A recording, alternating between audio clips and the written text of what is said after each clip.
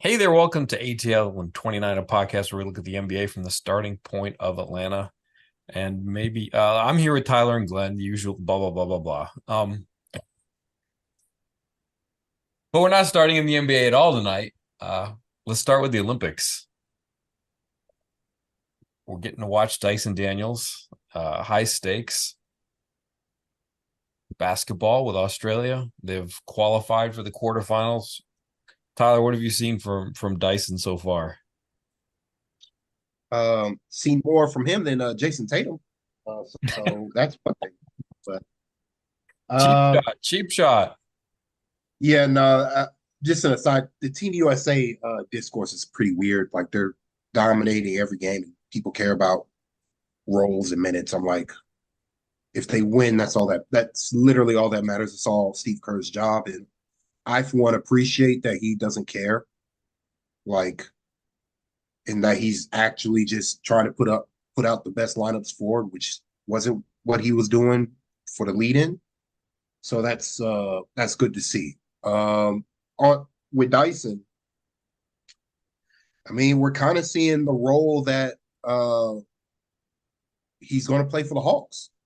They have him as the primary point of attack defender on the team's best offensive player or the team's point guard who runs the offense, and then on the other end, he's the secondary playmaker. Sometimes he'll take over the primary action to give Giddy a different look. And when he's in transition, he pushes the ball up the floor and he makes the right reads, makes the good passes, strong finisher at the rim. Like he's and what's good to see, particularly in this game, this previous game they played, was that he kept the aggression up. Because they really did need his offense. And like it's good to see him just overall during this tournament run play a more expanded role than he has in the NBA because that's kind of what's available to the Hawks right now. Like they need him to be this type of player, and he looks good so far. Yeah, that last part that you added, it's like you use that phrase, they need his offense, and it's like it's actually similar to what's going to happen on the Hawks a little bit, which is he's going to get guarded by the weaker defender. And Greece is bringing off these backup guards that aren't really up to par with the rest of the Olympic field, and it's like, can you make them pay for bringing in weak defenders? And in this game against Greece, it was like, yeah, like he's just going to take him off the dribble, and he made the right read every time. Once he broke down the defense, the help had to come. And when the help came, he just kept picking the defense apart and making the right pass. You saw early in the fourth quarter, like he was making threes. And when they closed out, he just went to the Attacks. rim. And he's got enough craft that once he gets in the middle of the paint, he's not really trying to force it. You never really see him go up for a wild shot at the rim. It's always it's almost like his first option is to, it's like he's a pass first player. He's looking for pass more than a strong finish at the rim, really, which is it's not that he doesn't like to finish at the rim because you see that when he's cutting, but when he's driving with the ball in his hands, he's a very willing passer. He's a pass first guy. Though you still would like to see even more aggression from him because I mean he is such a good finisher. He has a great floater for one, and he can finish strong with both hands. So like to me, watching him during this tournament, this is what I like. This is kind of the player that I liked when he played for G League United his one season there before he became a lottery pick. Like this is how he played. Like when he had an expanded role with the Pelicans, he really wasn't in that position. Like he was just he wasn't really even a guard. Even he was more like a just a pure 3-and-D player. Stationed in the corner, supremely low usage, just because I mean, you had Zion, you had Brandon Ingram, and you had CJ McCollum. You had all these guys that need the ball in their hands to operate and be successful. Whereas with the Hawks, it's really just Trey Young now, like on the Hawks. And like Trey has consistently needed a release valve throughout his career, or somebody who, if there's a weaker option, can take advantage of a weaker defensive player to take the pressure off of Trey Young, to take some eyes off of Trey and Dyson. is kind of doing that with him and Giddy tag team. And so like, I mean, I think he's in like uh I was listening to a podcast, I forget the podcast name, but the individual Mark Campbell, they break down Australia's national team performances. And Mark Campbell brought this up a couple times. He was like, Dyson Daniels is going to be a basketball player the Hawks wanted DeJounte Murray to be. The point of attack defender, close out special, like elite, like a guy who will make quick decisions, not hold the ball, make the quick 0.5 decisions, whether it's shoot or drive, in order to get the offense going and flowing. And Australia set it up this way too. Like you break down the Australian national team, and it's like, Matisse Thybulle, have a great summer. Thank you for your contributions. But they sent him home knowing that Daniels was going to be the guy. Josh Green, thanks for your 7 minutes. We'll bring you in when somebody needs a rest. But like, this was the plan going into it once I they actually made don't. their roster. Yeah, I don't necessarily think it was the plan. More like Dyson made it. Like, Oh, sure.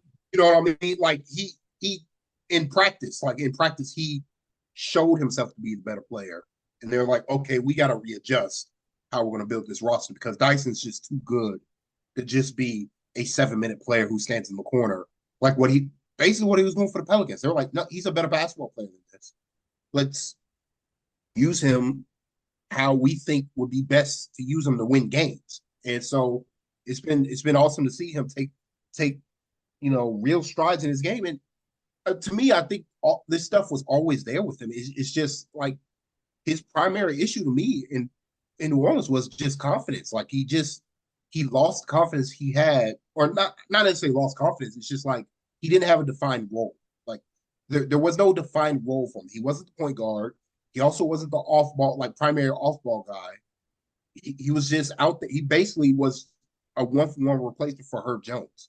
So he was the pure defense only 3-point specialist. But catch and shoot 3-pointers wasn't his strong suit. So it's refreshing to see that he has more to showcase other Hawks fans who don't might not be used to his game, that they can see more of him and like see what he can bring to the table. Yeah, it's so important. Like it's about the shooting. The shooting kind of a swing scale on how much offensive value he can have, right? But it really is so much more than that. You get chased off the 3-point line. Do you have a skill set to attack once you've been chased off the 3-point line, right? He has that. He has the driving kick. He's learning how to use his length to create angles in the paint that rim protectors can't get to his shot, right? He has a lot of length, and so he's kind of learning that he doesn't need to go straight at the rim. In fact, it's to his benefit to find an angle that the rim protector can't get to. And so you're seeing the diversity of what he can do with the ball. The ball comes to him, whether it's take the shot, he's chased up the line, attack the paint, kick, take a shot at the rim, and that whole package working is really what's exciting to see for a 21-year-old. To your point, Tyler, exactly. He's never had the opportunity he has right now. So thank you to the coaching staff of the Australian national team because he's getting an early ramp up of the kinds of things he's going to need to do for the Hawks. And I felt, just to add on to this, like I felt very strongly because like the Canada Australia game was pretty close, and it more or less came down to Canada were just making more shots, And like free just throws. yeah. Well, Oh, that wait, was I'm sorry. I thought you were talking about Greece. My bad. Canada, but like you look at that Canadian team, uh, besides SGA, who is an elite offensive player, uh, like all their guards and forwards play roles where they're expected to make shots, take shots, sometimes off the dribble. Like, it might not be the best offense for their team, but like they've done that in the NBA setting. Whereas, like I was saying with Daniels and Giddy also as well a little bit, like those two guys haven't been asked to be scorers uh, at any level until this Australian national team. And so like this is good reps for them both. And I think this is going to be good for the Hawks to see what does Daniels need to work on because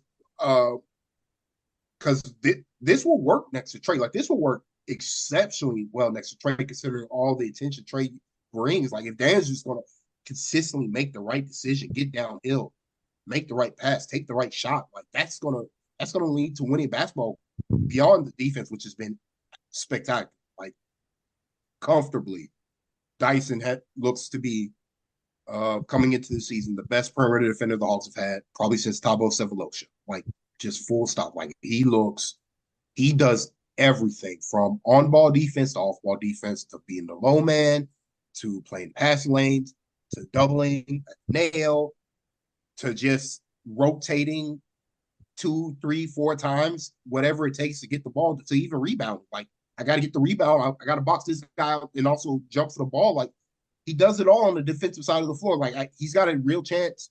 We've talked about this before, but he's got a real chance to make defensive first or second team in the next couple of years. I'm like he's making me truly excited for what the Hawks are going to do next season beyond the other stuff the Hawks have done in this offseason. It's for me is that the concept of template, right?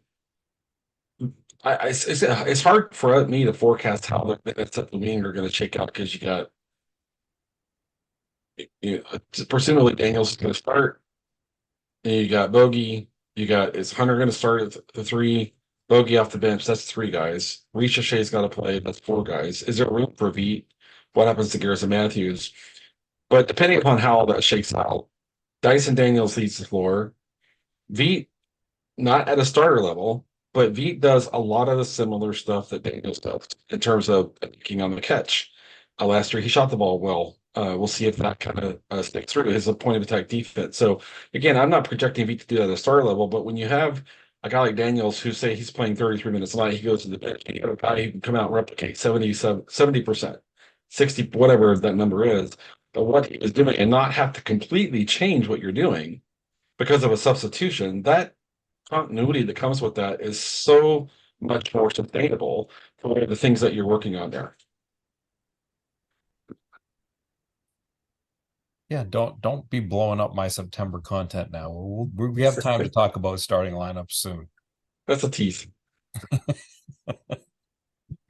Yeah, and Australia, like they have some pieces, but they don't have 9 pieces. Like they have like 7. Like there's a couple of weak links in the rotation, so they're probably not too long for the rest of the Olympic tournament, but it's still really good reps. All right. Should we talk about David Roddy or Dominick Barlow? Where do you want to go? Preference? You're in charge, Kevin. Oh, I'm in charge. Wow. Okay. Well, let's talk about David Roddy. I think you talked about a little bit of this on Brad's pod, but let's rehash. Let's give Tyler a chance. What are your feelings about the Liddell for Roddy swap?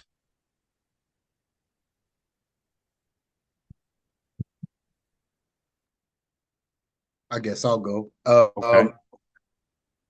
I think it's been repeated, but like, and I said this when it immediately happened. I just said, Roddy plays the correct, Roddy plays the correct position, where he's more of a perimeter player, whereas EJ Liddell was more of a big. Like I thought in summer league they actually did try EJ Liddell, guarding out on the perimeter, and he just wasn't comfortable. Like it's just clearly not something he's used to doing or is should be asked to be doing at an NBA level. And the Hawks look at their roster and they're like, we got all these bigs. And we can always, as last season showed us, we could always use more wing depth. And so, you take a chance flyer on somebody like David Roddy, who they probably liked in the pre-draft process before he was drafted in 2022. Somebody who was good, who has, to me, good real skill sets if he can shoot it. Like that's what's holding him back in his career. Like he just hasn't been able to make shots. And so like I think he's going to be somebody who's going to get some college Skyhawks reps just because they can afford to do so with the depth they have on the roster. But he's somebody who if he's got to play 5 minutes or 7, 8 minutes in an NBA game at the wing slash like power wing position, you're comfortable doing that with it compared to with Liddell, who, like I said, he's more of like a center, big power forward, more traditional power forward, give or take. Whereas Roddy's kind of more of the way, like he even though he's probably like a quote unquote power forward, he's more of a wing power forward, if that makes sense to you, Kevin. Yeah, it makes sense. Like, when you do player comparisons, it's always like you always compare them to like the good version of the player, but he has a little bit, again, of course, with shooting being a massive swing skill here, but he has a little bit of the PJ Tucker in him where he's like 6'5" with a 7-foot wingspan, and he has that kind of agility and strength that PJ plays with. And so that makes him a guy that has a lot of value on the defensive end. Like if DeAndre Hunter sprains a knee and is out 3 weeks, and you've got to guard some of the bigger power wings in the NBA, like having him available is more valuable than having Liddell as your fifth or sixth center, even though Liddell might be a better player. Like, it's just, Liddell wasn't going to play. And so you're getting something for a player that you weren't going to use, which, Yeah. has some value. Like, I think he's going to need more reps.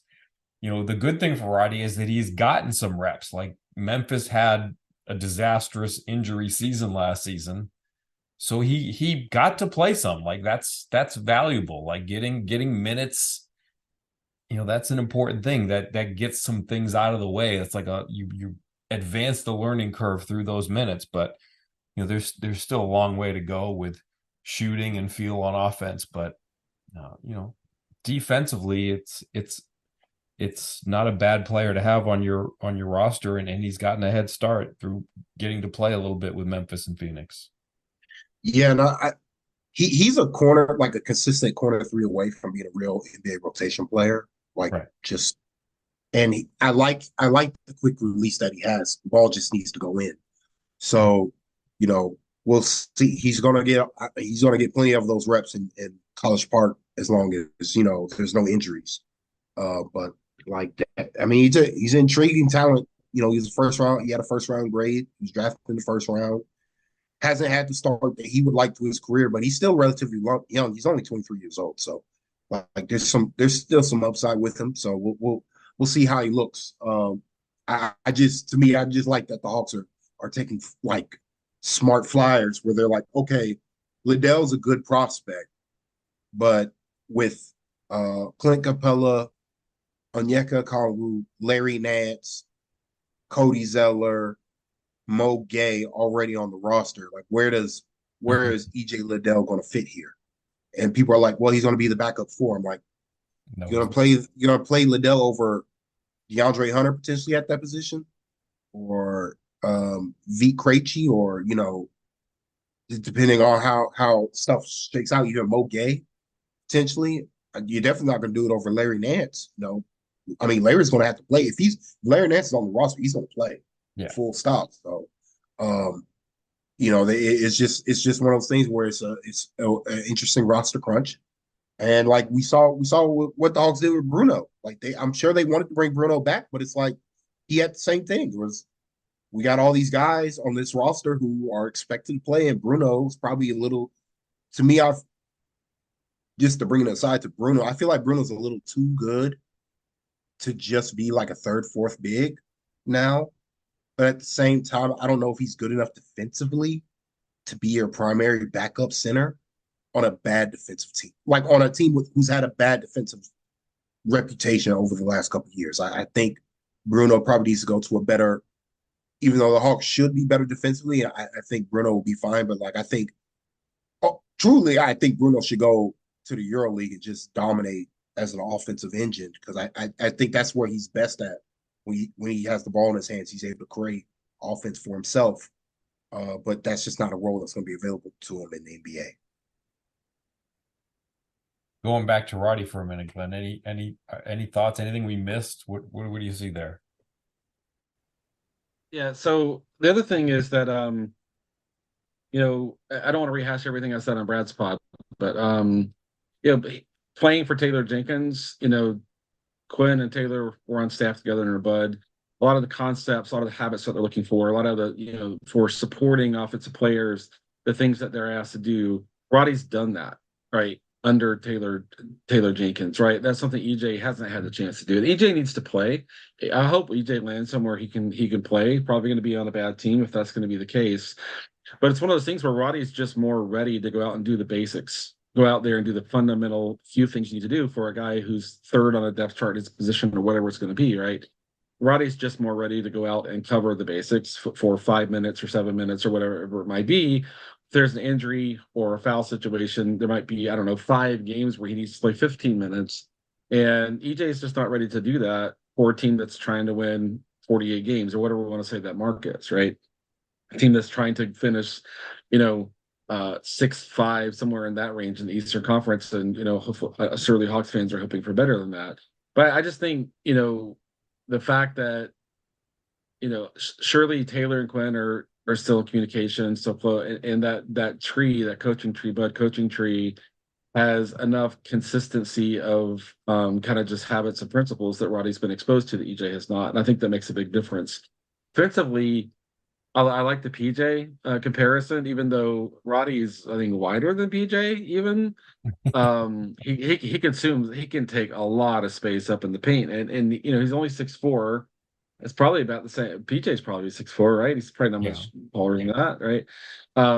But as a rebounder, if you don't have a lot of verticality, sometimes just going in and taking up 1.5 uh body lengths or whatever, where a thinner guy is going to just kind of get pushed under the rim. He's not going to get pushed under the rim. So he may not be a guy who's collecting a lot of rebounds, but he's a guy who can come down and just help put bodies on big guys and make a difference, that where guys that were playing last year, like Wes Matthews playing time at the 4, or whoever else was playing time at the 4, things like that can't do. So there's just a lot of the little areas where he's capable of, going out there and covering the basics for you right away, and not really worrying about the basics being a problem. And that's a big deal for a team trying to win games.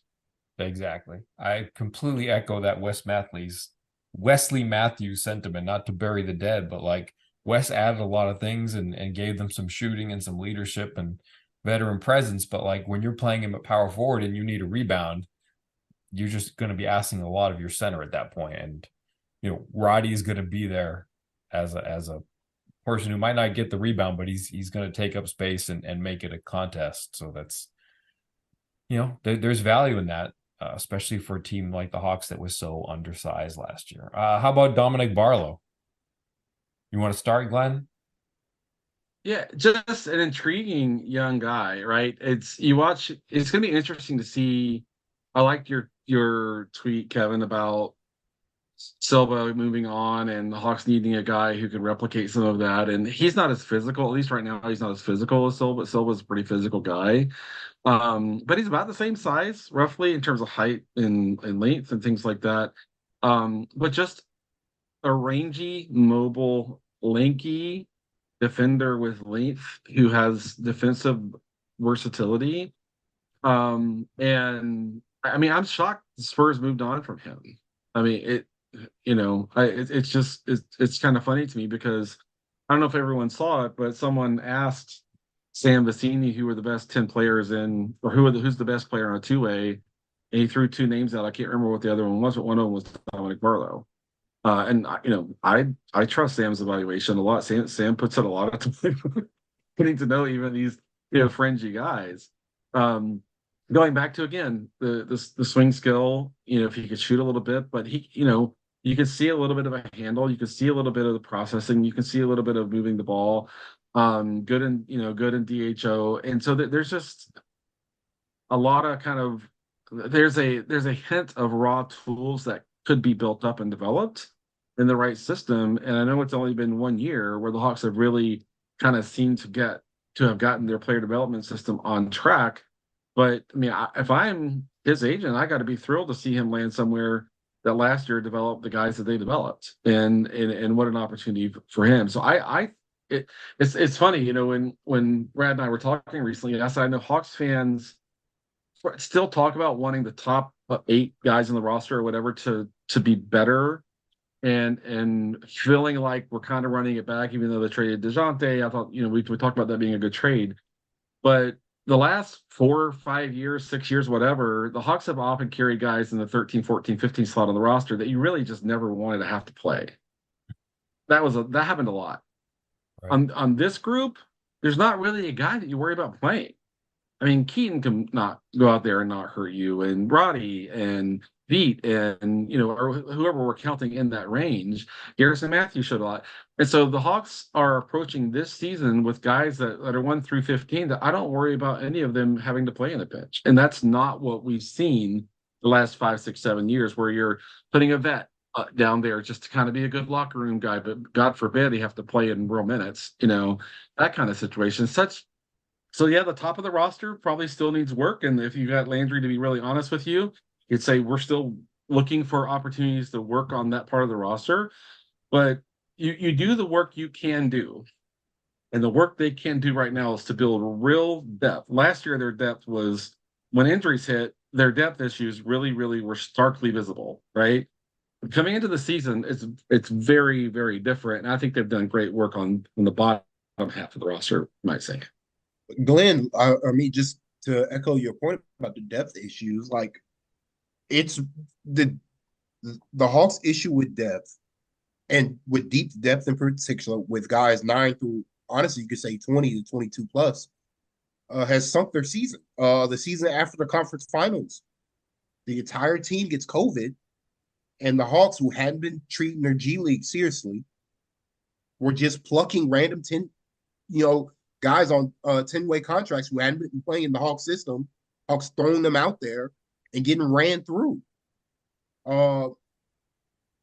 That killed their season. Like it was a month stretch of the Hawks just couldn't play the way they wanted to play, and their season just ended right there.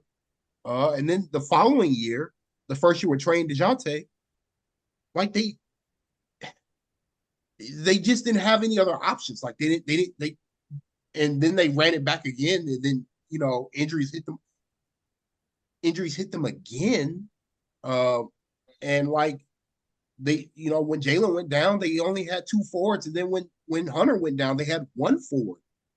An NBA team only have 1 forward on the roster for 2 months. You're just not. And that guy eventually had a serious injury, and those things are connected. Yep.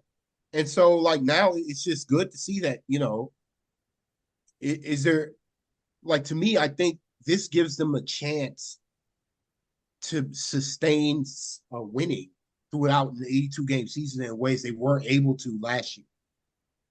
Combined with a better roster fit, combined with fresh talents and what you might get in Dyson Daniels and Zachary Reese-Shea.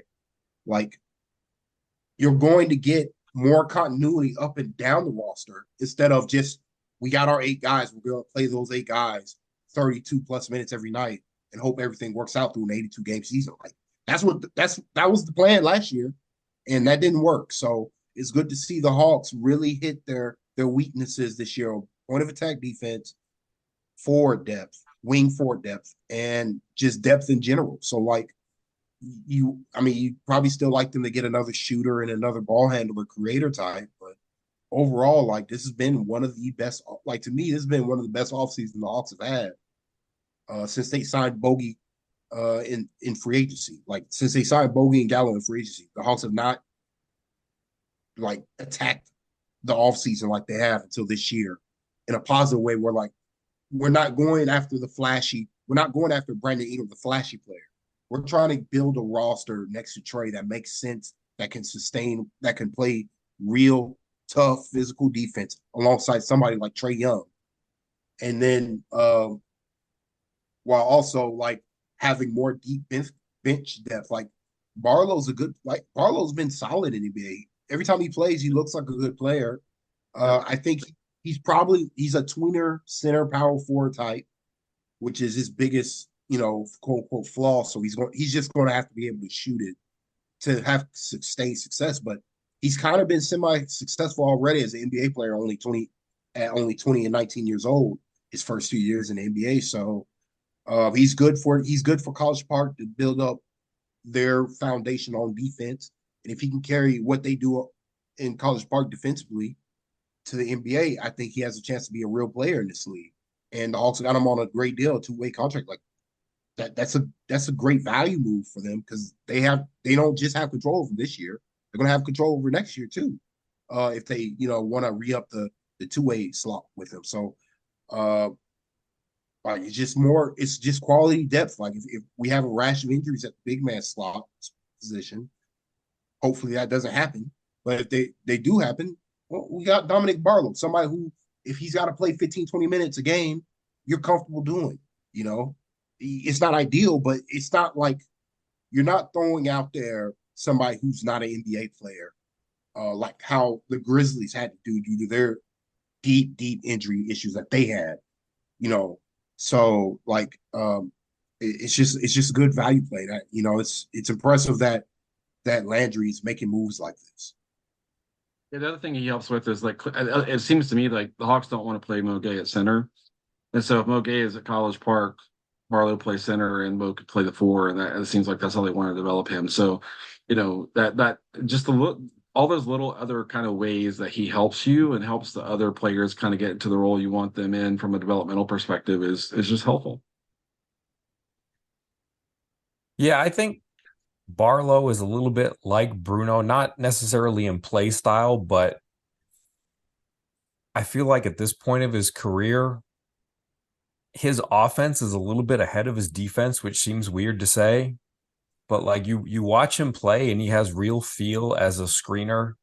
And when he's working in the short roll, he has good vision and he's kind of a good finisher at certain types of finishes around the rim. And so it's like he's not real big, but he looks comfortable in the center role doing center things, especially on offense. Like he doesn't look awkward. He plays with a real smoothness and polish. And like defensively, you look at him and he's kind of athletic and spry. And if you watch him block a few shots, it's like, okay, like he's going to be something on defense. But then you like watch a full game of him and it's like the Spurs are playing a lot of drop and he's not. There are a lot of plays where he doesn't impact the ball, but he also doesn't impact the roll man. And it's like, you got to take something away. And it's like, there's a lot of potential there, but it needs a lot of polish on the defensive end. But it's like there's potential there for him to be a center if he can get stronger defensively. So like, the big advantage again, it's like a roster fit. It's like the Roddy thing. Like Roddy just fits the roster better than Liddell. Again, here he fits better than Bruno did because he can play in the G League. Like Bruno's been in the league too long. You can't really use him as a G League player. He can't be on a 2-way. So you've got this guy now who's a great value on a 2-way contract. And you can, if there's good enough health, you can get him reps in the G League and try to get him to work on some of these deficits so that he can build up defensively and be an actual center because as kind of an undersized center, he's really smooth on offense. And I think he's got a knack for it. Yeah. The other thing is, I think sometimes people think drop is the easy one. Drop is hard. Yeah, drop is really hard. You got it. Like there's just a matter of inches. Like to be a foot here or a foot there, it's like makes a big difference. You got to like Glenn always says, you got to manage your space, and he doesn't seem like he has any idea at this point how to manage his space. It takes thousands and thousands of reps to get all the little nuance down, and he doesn't have that. He hasn't had those reps, so Well, I mean, we'll see what the Hawks are running defensively if they're, getting to the level again, switching 1-3-4, switching 1-3-5, kind of mixing all that up again. He can do a lot of that. So I like the versatility he brings. All right. Well, I appreciate you taking time to do this on a Friday night in I wouldn't say middle of August, the beginning of August. And I guess we'll just say goodnight, Bob. Good night, Bob. Good night, Bob.